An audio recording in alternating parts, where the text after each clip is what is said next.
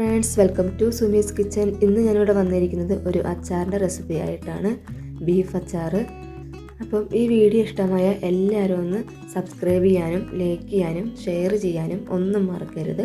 അപ്പോൾ നമുക്ക് ഫിഷ് അച്ചാർ എങ്ങനെയാണ് ഉണ്ടാക്കുന്നതെന്ന് നമുക്ക് പോയി കണ്ടിട്ട് വരാം. എല്ലാവരും വീഡിയോ ഫുള്ളായി വാച്ച് ചെയ്ത് സപ്പോർട്ട് ചെയ്ത് തരണം. അപ്പോൾ നമുക്ക് വേഗം വീഡിയോയിലേക്ക് കടക്കാം. അതിനായിട്ട് ഞാൻ ഒരു പ്രഷർ കുക്കറിലേക്ക് 1/2 കിലോ ഇറച്ചി നന്നായി കഴുകി ചെറിയ കഷ്ണങ്ങളാക്കിയിട്ട് എടുത്തിട്ടുണ്ട്. അപ്പം കൂട്ടാനിൽ ഉണ്ടാക്കുന്ന ഇറച്ചി പോലെ അല്ലാതെ ഇച്ചിരി കൂടി ചെറുതാക്കിയിട്ട് വേണം നമ്മൾ അച്ചാറുണ്ടാക്കുമ്പോൾ അരിയേണ്ടത്. അപ്പോൾ അതാ ഞാനിത് നന്നാക്കി വെച്ചിട്ടുണ്ട്. ഇനി നമുക്കിതൊന്ന് വേവിച്ചെടുക്കണം. അതിനായിട്ട് കുറച്ച് പൊടികൾ ഇതിലേക്ക് ചേർക്കാനുണ്ട്. 1 ടീസ്പൂൺ മുളക് പൊടി, 1/2 ടീസ്പൂൺ മഞ്ഞൾപ്പൊടി,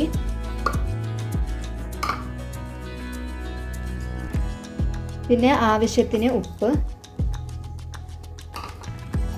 ഇതിനെ നന്നായി നമുക്കൊന്ന് ഇളക്കിയെടുക്കാം.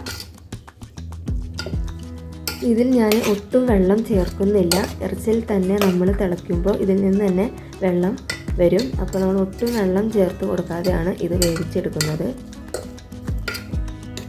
നമുക്ക് കുക്കർ അടച്ച് വെച്ചിട്ട് ഒരു 5 വിസിൽ അടുപ്പിച്ചെടുക്കാം. അപ്പോൾ നമ്മുടെ ഇറച്ചി നന്നായിട്ട് വെന്ത് കിട്ടും.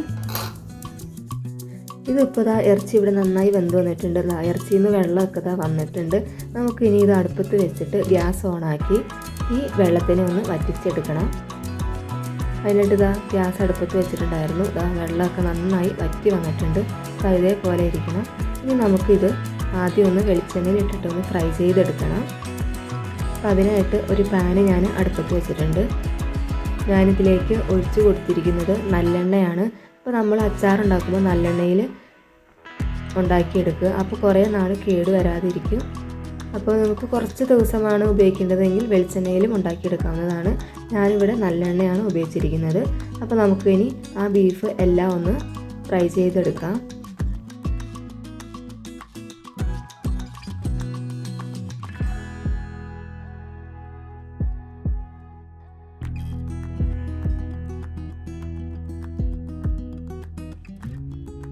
ഇതിപ്പം ആദ്യത്തെ ട്രിപ്പ് ഇവിടെ ആയിട്ടുണ്ട്. ഇതേപോലെ ബാക്കിയുള്ളത് നമുക്കൊന്ന് ഫ്രൈ ചെയ്തെടുക്കാം. ഇതിപ്പോൾ ഞാൻ ഇവിടെ എല്ലാവരും ഫ്രൈ ചെയ്തെടുത്തിട്ടുണ്ട്. ഇനി ആ എണ്ണ തന്നെ ഞാൻ വേറെ പാത്രത്തിലേക്ക് മാറ്റി വെച്ചിട്ടുണ്ട്. അപ്പോൾ അടിയത്തെ ഇറച്ചിയുടെ പൊടികളൊക്കെ മാറ്റിയിട്ട് എണ്ണ മാത്രമാക്കിയിട്ട് ഒരു പാത്രത്തിലേക്ക് ഒഴിച്ചിട്ടുണ്ട്. ഇനി നമ്മൾ ഇതിലാണ് അച്ചാറുണ്ടാക്കിയെടുക്കുന്നത്. അപ്പോൾ ഈ എണ്ണ ചൂടാകുമ്പോൾ നമുക്കിതിലേക്ക് കുറച്ച് കടുക് ഇട്ട് കൊടുക്കാം. കടുക് നന്നായി പൊട്ടി വരുമ്പോൾ ഇതിലേക്ക് ഞാൻ ചേർത്ത് കൊടുക്കുന്നത് കുറച്ച് ഇഞ്ചി അരിഞ്ഞത്, പിന്നെ കുറച്ച് വെളുത്തുള്ളി ചെറുതാക്കി അരിഞ്ഞത്,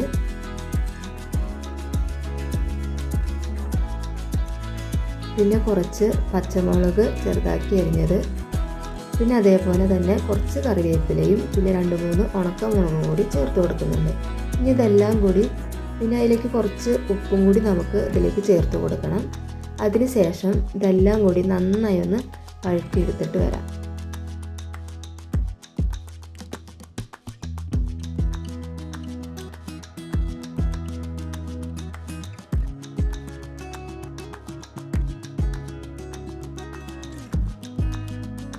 ഇതിപ്പോൾ ഇവിടെ നന്നായി വഴന്ന് വന്നിട്ടുണ്ട്. ഇനി നമുക്കിതിലേക്ക് പൊടികൾ ചേർത്ത് കൊടുക്കാം.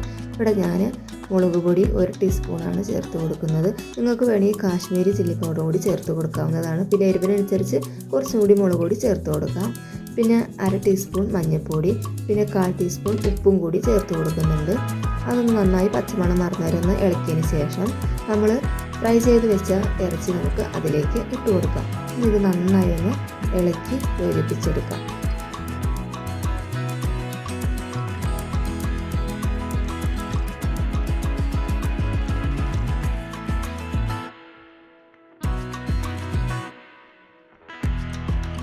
ഇത് നന്നായി ഇളക്കിയതിന് ശേഷം ഞാനിതിലേക്ക് ചേർത്ത് കൊടുക്കുന്നത് വിനാഗിരിയാണ്.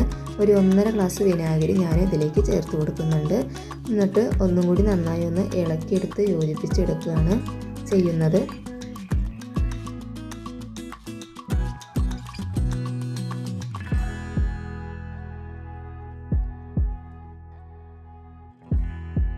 ഇതിലേക്ക് കുറച്ച് ഉപ്പും കൂടി നമുക്ക് ചേർത്ത് കൊടുക്കാം, ഉപ്പ് കുറവുണ്ടെങ്കിൽ മാത്രം.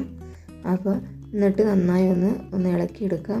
അപ്പോൾ നമ്മുടെ അച്ചാർ ഇവിടെ റെഡി ആയിട്ടുണ്ട്. നല്ല സ്വാദിഷ്ടമായ അച്ചാർ. ഈ അച്ചാർ മാത്രം മതി നമുക്ക് ചോറ് തിന്നാനായിട്ട്. ഇതാ നമ്മുടെ അച്ചാർ ഇവിടെ നന്നായി റെഡി ആയിട്ട് വന്നിട്ടുണ്ട്. അപ്പം എല്ലാവരും ഒന്ന് ട്രൈ ചെയ്ത് നോക്കുക.